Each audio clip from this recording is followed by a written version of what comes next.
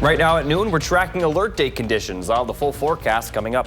Plus, we break down the results from the spring election in Wisconsin. This is News 3 Now at noon. Thanks for joining us on a Wednesday afternoon. I'm Josh Spreader. We start with first warn weather at this hour as we are tracking the potential for severe storms across southern Wisconsin today. Let's start with first warn meteorologist Jacob Montesano with your alert day forecast. Hi, Jacob.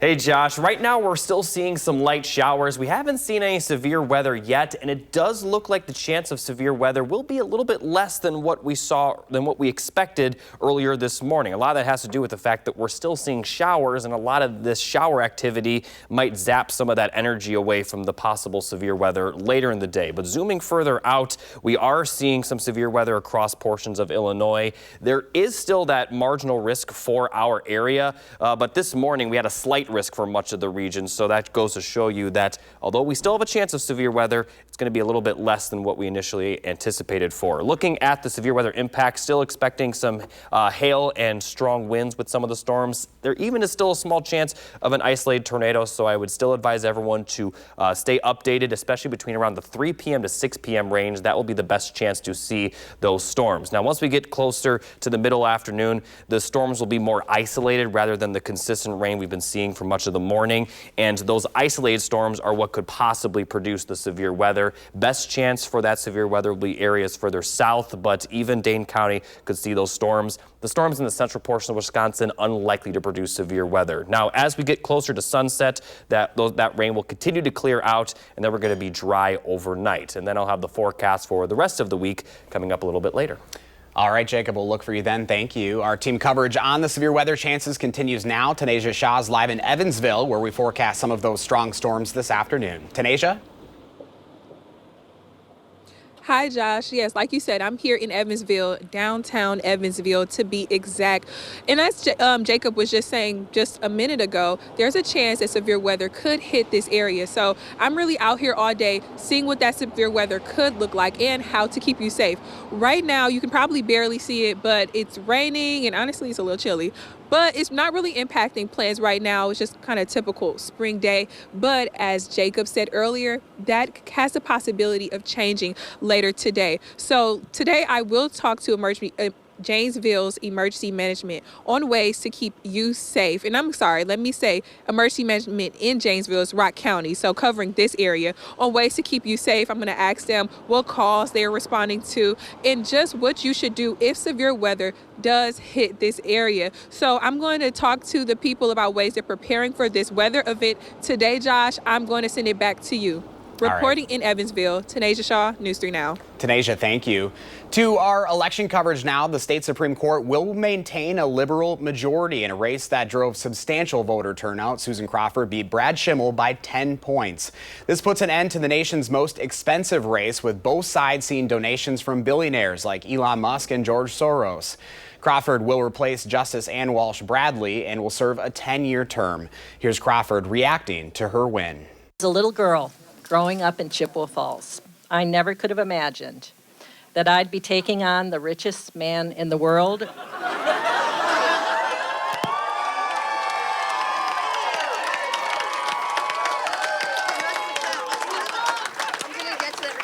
For justice in Wisconsin. And we won. Crawford will bring her experience as a Dane County Circuit Court judge, a private practice attorney, and assistant attorney general with the state DOJ. Meanwhile, in Waukesha, conservative Brad Schimmel conceded the election. Schimmel started the night entertaining the crowd with a band playing a guitar and singing. He ended the night with a concession speech. Shortly after he called his opponent, the crowd was not on board with his acceptance. No. You got to accept the results. I can't thank you enough for everything you did to try to make this a success, but it just didn't work. This is a departure from other candidates' concessions. Senate hopeful Eric Hovde waited until 2 weeks after Election Day to concede to Democrat Tammy Baldwin. And in 2023, Judge Dan Kelly called Justice Janet Protasewicz an unworthy opponent and deceitful. Department of Instruction Superintendent Dr. Jill Underly will keep her role after her win over challenger Brittany Kinzer. Underly received about 53% of the vote. She has served as superintendent since 2021. Underly faced scrutiny over previous testing standards throughout her campaign. She says it's all about looking forward from here, with one of her focus points on teacher retention. Everybody here, I mean, my opponent and, her supporters, my supporters, we all care about the same thing. We want what's best for kids. And we need to make sure that we continually work to improve our educational outcomes. And, a lot of that has to do with funding, but it also means that we need to just look at our schools and make sure that our kids are on paths to be successful. Kinzer conceded to Underly, saying, quote, "My life's calling is to work for our children, and I won't stop today, so I hope you all don't either," end quote. If you would like to see more results from Wisconsin's spring election, you can head to our website, channel3000.com. To another election, we officially have a winner in the Spirit of Service campaign as News 3 Now and Vortex recognize local veterans doing something good in the community. 206 total nominations were narrowed down to these top 5 veterans. After sharing their stories, our News 3 Now viewers voted in record numbers. Close to 2,800 total votes were cast for Spirit of Service over the course of 2 weeks. But Megan Nolan came out on top. She received more than 1,000 of those votes. Today, Nolan received her $5,000 check presented by Vortex. She plans to use it in transforming a building into the only licensed before and after school program for their rural community in northern Wisconsin. Here's what she had to say on News 3 Now this morning. My husband, my kids, they're huge support. I wouldn't be able to do that without them, my family, and then all of you. This is not just a little, this is huge. Thank you so much. News 3 Now would like to congratulate all top 5 veterans for their continued service, as well as all veterans doing something good. Still ahead for us on a Wednesday afternoon, what 2 companies are coming together with popular breakfast cereals, plus why Trader Joe's is recalling bottles of its hot honey mustard dressing.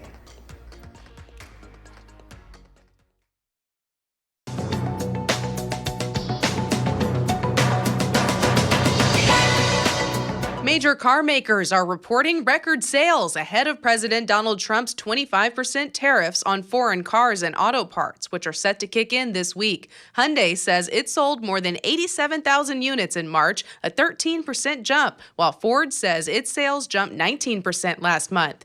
Trader Joe's is recalling bottles of its hot honey mustard dressing with a specific use-by date of May 27, 2025. According to a post by the Food and Drug Administration, the label does not include warnings that the product may include the allergens peanuts, soy, sesame, or wheat. The dressing was distributed in 17 states and the District of Columbia. No customer complaints have been reported. Consumers can return the recalled bottles to Trader Joe's locations for a refund. And this week, 2 companies have announced sweet collaborations with popular breakfast cereals. First, Hershey unveiled its new Cinnamon Toast Crunch flavored Hershey's Kisses, which are available at stores nationwide. Starting tomorrow, Krispy Kreme wants customers to go yabba dabba doo over its new Fruity Pebbles Milk Original Glazed Donuts. But the Krispy Kreme treat is available only through Sunday. That's your CBS News Money Watch report. For more, log on to cbsmoneywatch.com. At the CBS Broadcast Center, I'm Jesse Mitchell. Here's a look at the stock numbers at the noon hour. We're in the green on a Wednesday. The Dow is up 307 points, NASDAQ up 227, and the S&P 500 up this hour 44. Right now, our call for action volunteers are in the building taking your consumer complaints and taking action on your behalf. Call for action at 608-270-2833 or submit a claim anytime at channel3000.com/call for action. Pam Yankee is back with the farm numbers ahead, plus Jacob returns with the Alert Day forecast. Then later on Live at 4, my full interview with the winner of our Spirit of Service campaign.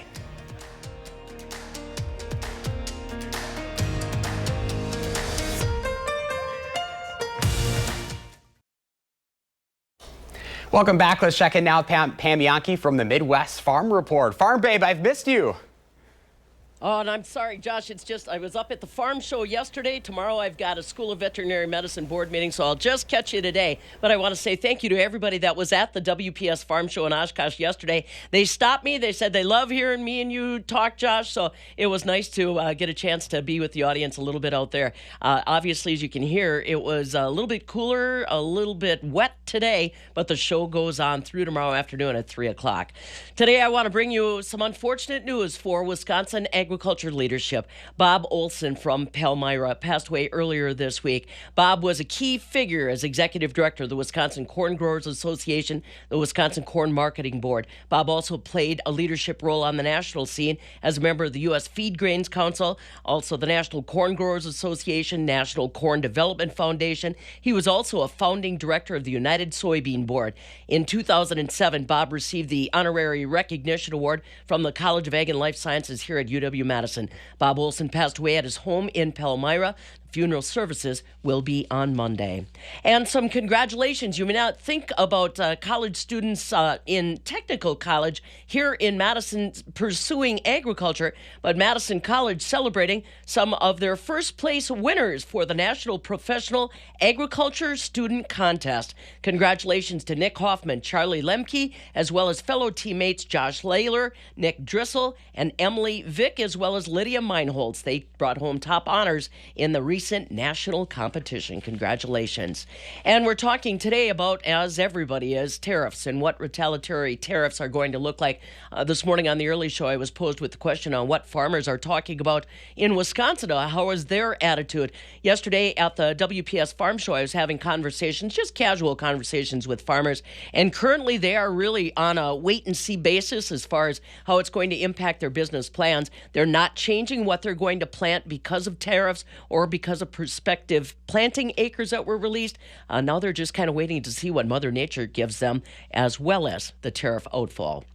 Dairy markets today in Chicago. Barrel cheese up 3 3/4 cents at 169 3/4. 40-pound block cheese up 3/4 cent, 166.5. The AA butter stands still, $2.34 a pound. So I guess as I look out the window today, Josh, I am glad that I was at the WPS Farm Show yesterday. Today might be a little off as far as crowds, but then they've got one more good day ahead on Thursday for the weather and the exhibitors. Yeah, it is a soggy mess out there on this Wednesday. Yeah, it doesn't feel a lot like the home stretch of April, you know what I mean? Oh, I wish we were a little bit farther along, but we'll get there. We know we always do, Pam. Have a good one, buddy. We'll You see you too. later. We'll talk to you later. We are tracking the potential for that severe weather across Wisconsin today. First Warn meteorologist Jacob Montesano is tracking it all in his alert day forecast. Hi, Jacob. Hey Josh, as we take a look at the alert day information, it will last through the evening and we're still expecting the potential for some strong to severe thunderstorms across much of southern Wisconsin. Central Wisconsin, the northern portion of our area, doesn't look like you folks will see that severe weather. Now looking at the current radar, we're still just seeing some shower activity as rain has been pretty constant for a good chunk of the area, especially Dane County and area south, really throughout the entire morning. Now, as we take a look at the amount of rainfall that we've seen so far, we have been up to around an inch for much of the area, but again, further south there has been a little bit more, about 1.5 inches. Now this is all radar estimated, so it is possible some areas did get a little bit more. The further northwest you are, the less rain you've seen, but still saw about a nice 1/2 inch of rainfall. Now looking forward at the severe weather outlook, there is still that marginal risk for Dane County and areas to the south and to the east. This does include a minor tornado risk. However, areas much further south of us are going to experience a lot more severe weather with a 5 out of 5 high risk, which is the pink you see. So some areas could be seeing some very, very dangerous storms. Could still get rather dangerous for our area, just not quite as extreme as some areas south of us. Now, looking at the most likely hazards, again, large hail, some gusty winds, still have a small chance of an isolated tornado, and there's also a minor flooding concern, and we already have a few flood warnings out there due to the rainfall that we've seen. Here's a look at future track. Again, around 3 to 6 p.m. will be the best chance to see these pop-up showers and storms form. Some of them producing that hail, wind, and isolated tornadoes, as I mentioned. But notice that they're very isolated. Some areas may miss out on the rain entirely, but if those severe storms do form over your area, you could see pretty heavy rain for a brief period of time. Now, those are going to clear out pretty quickly. By around 6 to 7, they're going to mostly be gone. Should be mostly out of the area, especially by sunset, and then we're going to be dry throughout the night. And most of Thursday, we will be dry as well, but we are going to see another small chance of precipitation as we head into into Friday, mainly Friday night though, as we'll start out rather sunny with some light rain expected Friday into Saturday. Not nearly as much as we've seen today, but still that will be our next chance of precipitation. Just a few light showers passing through. Maybe we could even see a few snowflakes as well, as temperatures will be on the cooler side, and it does look like it's mostly going to clear out Saturday morning, so there's a brief round of showers. Like I mentioned, we are seeing some flood warnings across the area. North of Madison, there is a flood warning at the Wisconsin River near Portage and the Yellow River at Necedah. So with areas that are low-lying and areas near rivers and creeks, just be aware with the amount of rain we've seen, not just today, but before today, we could be seeing some minor flood concerns, but the fact that we're going to dry out quite a bit for the rest of the 10-day forecast will help with those conditions. Looking at the wind gust forecast, we're still windy, gusts around 35 to 40 miles per hour. It's going to remain windy throughout the night, even after the precipitation is gone, and it's going to continue to be pretty breezy through the morning with gusts once again up to around 35 miles per hour, but it will calm down throughout the day. Now, like I mentioned, we are going to dry out for the most part for the rest of the 10-day forecast. Those precipitation chances, they do look to be on the lighter side for right now. And as far as temperatures, we'll have highs in the 50s for Thursday through Sunday, dropping a little bit for Monday. But then the middle of next week, we are expecting very nice weather with highs back in the 60s, along with some more sunshine. So once we get through this afternoon, conditions do look a lot calmer for southern Wisconsin. No alert days in the forecast, and frankly, there's not really anything close to an alert day in the forecast going forward. Yeah, we're going to want to dry out after all this rain. Yeah, and we're kind of getting to the point where I don't expect us to be in a drought anymore just because we've seen so much rainfall, so we can afford this break from the rain. All right, Jacob, thank you. Let's see what Howard's working on in the Mr. Food Test Kitchen. We're halfway through our week-long celebration of international food favorites, and today we're sharing a dish that originated in North Africa, became hugely popular in the Middle East, and now has taken America by storm. It's called shakshuka. Now, don't let the name scare you, cause it's simply some eggs that are cooked in a flavor-packed chunky tomato sauce. After cutting up an onion and green pepper, we saute them in a splash of olive oil. Once they're tender, we add some garlic, cumin, paprika, ground red pepper, and a bit of salt and pepper.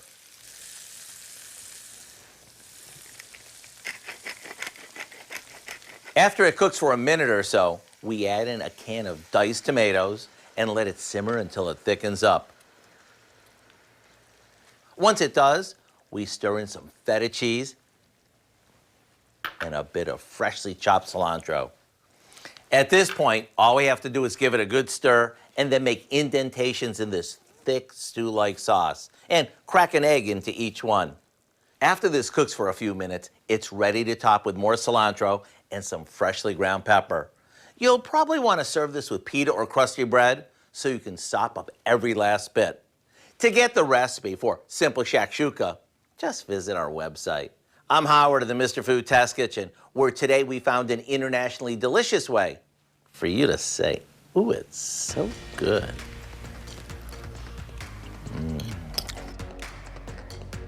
Working from the Wisconsin Beef Council shows us some recipes we can roll into spring with. Angie Horkin with Wisconsin Beef Council's back with us, and you're helping us roll into spring. Let's roll into spring. Let's do it. As long as Jacob's weather will cooperate. We need to get there, right? I'm ready to roll into spring, right? Yeah, so I've got a couple spring roll recipes. Awesome. And of course, I've beefed them up because, you have to. Spring rolls are usually just all vegetables, but I have to, right? So I've got 2 lean cuts of beef. We have 2 spring roll recipes. One I already have made ahead of time, and I used top sirloin. And actually, my supermarket had top sirloin fajita strips. Ooh, yum. And so I just grabbed these. It's already sliced up, ready to go, ready to put right in your spring roll. Just toss it with a little stir fry sauce, whatever you like from the supermarket, and then fry them up quick, just quick stir fry. And then that goes into the rice paper with carrots and cilantro. Oh, that sounds amazing. amazing. And that's it, 3 ingredients. That one makes 8 spring rolls with a pound of top sirloin. And here's what the rice paper looks like. So we're gonna put together the second spring roll recipe. Let's do it. These are called Vietnamese beef and vegetable spring rolls. Set those right over there. So the rice paper is it's really crunchy when you buy it. It's nice and dried. So I'm just dipping it in some warm water, just a couple seconds. Don't want to dilly-dally too much when you're making these because it gets really sticky. Got to do it fast. We're gonna do it fast. We're gonna start with, I've got some butter lettuce. You could use any kind of lettuce. I like the butter because it's nice and soft. And then these call for deli roast beef. So 1 big slice of deli roast beef. So if you buy a pound of deli roast beef, you can make probably 16 of these. That's what it calls for, 16 servings. Got about 30 seconds, just FYI. Cilantro, jicama, carrots, a little basil, a little mint, delicious stuff. Then there is a dipping sauce. So here's how I like to do it. I like to pull the ends in, right like this, over top. Oh, made it big. There we go. There you go. Slice it in half. Perfect, perfect. Even for like an after-school snack, if you want to have the kids try this, Yum. make them. 3 ounces of deli roast beef has 16 grams of protein and only 100 calories. I like that. Exactly. So if you're still sticking with the resolution to put more protein into your meals, these are perfect. All right, where can we- there we go. Beeftips.com is the website. Click on Add C9 TV. You'll find these recipes plus a lot of more great roll recipes. I got some lettuce wraps. I've got some flank steaks rolled around some vegetables. A lot of awesome recipes. Check it out. Love it. All right. We Yeah. also want to give a shout out to some special guests today at noon. We have the Beef Leadership Institute in studio with us. Look at them waving at the camera. Angie, this is a special group. This is our new Beef Leadership Institute team from all across the great state of Wisconsin, beef industry advocates, just here learning about everything they can do to help be a beef advocate. Thanks for joining us.